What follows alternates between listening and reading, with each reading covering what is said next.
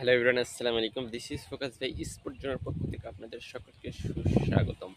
Guys, 2026 twenty বিশ্বকাপ already বাংলাদেশকে ছাড়াই শুরু হয়ে গেল। পাকিস্তান বনাম নেদারল্যান্ডসের ম্যাচে শ্রীলঙ্কার মাটিতে উদ্বোধনী ম্যাচ হলো। আপনারা সকলে জানেন এখানে বাংলাদেশের নামটা থাকার কথা ছিল, কিন্তু ভারত বা আইসিসির কারণে, বিশেষ করে বলতে গেলে ভারতের কারণে, ইন্ডিয়ান ক্রিকেট কাউন্সিলের কারণেই কিন্তু বাংলাদেশের এবারে টি-20 বিশ্বকাপটা খেলা হচ্ছে না। 20টা দলের মধ্যে বাংলাদেশের নামটা ছিল, কিন্তু 21 নম্বর দল স্কটল্যান্ডকে দলে ফিরিয়ে বাংলাদেশকে আউট করে দিয়ে এই টি-20 বিশ্বকাপ শুরু করলো। আইসিসি বললে ভুল হবে, ইন্ডিয়ান ক্রিকেট কাউন্সিল বা ভারত।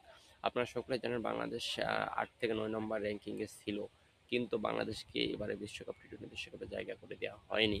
জায়গা ছিল একটা ইস্যু নিয়ে, মুস্তাফিজুর রহমান ইস্যু নিয়ে ক্রিয়েট করে বাংলাদেশে এরকম পরিকল্পনা প্ল্যান করে